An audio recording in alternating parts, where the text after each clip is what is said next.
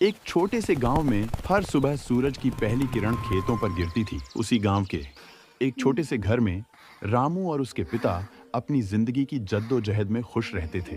रामू के पिता गांव में रिक्शा चलाते थे। धूप हो या बारिश, वो बस एक ही सपना देखते थे कि उनका बेटा पढ़ लिख कर उनसे बेहतर जिंदगी जिए। रात में जब पूरा गांव सो जाता, तब भी रामू अपनी पुरानी किताबों के साथ पढ़ाई करता रहता। दीपक की लौ के साथ उसके सपने भी चमकते रहते। कुछ सालों के बाद एक दिन रामू उदास बैठा था। पिता ने पूछा, क्या हुआ बेटा? रामू बोला, पापा, कॉलेज में बड़ा फंक्शन है। सब अमीर लड़के अच्छे कपड़े पहनकर आएंगे। मेरे पास कुछ नहीं है, मैं नहीं जाऊंगा। पिता मुस्कुराए और बोले, बस इतनी सी बात बेटा, तू रुक, मैं अब भी आता हूं। वो अपनी पुरानी बचत लेकर बाजार गए और बेटे के लिए नए कपड़े और बैग ले आए। अगले दिन रामू नए कपड़ों में कॉलेज पहुंचा। सब उसे देखकर मुस्कुराने लगे। वो दिन रामू के आत्मविश्वास की जीत थी। सालों की मेहनत के बाद वो दिन भी आया जब रामू ने कॉलेज में टॉप किया। पिता दूर खड़े होकर तालियां बजा रहे थे।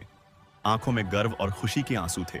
लेकिन असली संघर्ष अब शुरू हुआ। रामू एक एक दफ्तर घूमता रहा, इंटरव्यू देता रहा। हर जगह से जवाब एक ही मिला, अब नौकरी कम है, डिग्री बहुत ज्यादा। फिर एक सुबह अखबार में उसे एक विज्ञापन दिखा, महिंद्रा कंपनी, मैनेजर पोस्ट के लिए इंटरव्यू। रामू की आंखों में उम्मीद की चमक लौट आई। 3 दिन बाद वो छोटे से बैग के साथ शहर पहुंचा। बड़ी बड़ी इमारतों के बीच वो अपने सपनों को लेकर चला गया इंटरव्यू देने। इंटरव्यू में अफसर ने पूछा, अगर तुम्हें नौकरी मिले तो क्या तुम अपने पिता को छोड़कर शहर में रह सकोगे? रामू ने बिना सोचे कहा, नहीं सर, मैं अपने पिता को कभी अकेला नहीं छोड़ सकता। उन्होंने मेरे लिए सब कुछ दिया है, अब मेरी बारी है उनका साथ देने। रामू उठकर जाने ही वाला था कि तभी अफसर बोले, रुको रामू, तुम्हें नौकरी मिल गई है क्योंकि तुम अपने पिता को नहीं भूले। रामू घर भागा, पिता को गले लगाया और बोला, पापा, हमें नौकरी मिल गई। दोनों की आंखों में सिर्फ खुशी के आंसू थे। कुछ दिन बाद रामू अपने पिता को शहर ले आया। अब दोनों साथ रहते थे, एक छोटा सा घर, लेकिन दिल बहुत बड़ा। दोस्तों, ये कहानी हमें सिखाती है, चाहे जिंदगी में कितना भी ऊंचा क्यों ना पहुंच जाओ, उन लोगों का साथ कभी मत छोड़ो जिन्होंने तुम्हारे बुरे वक्त में तुम्हारा साथ दिया था।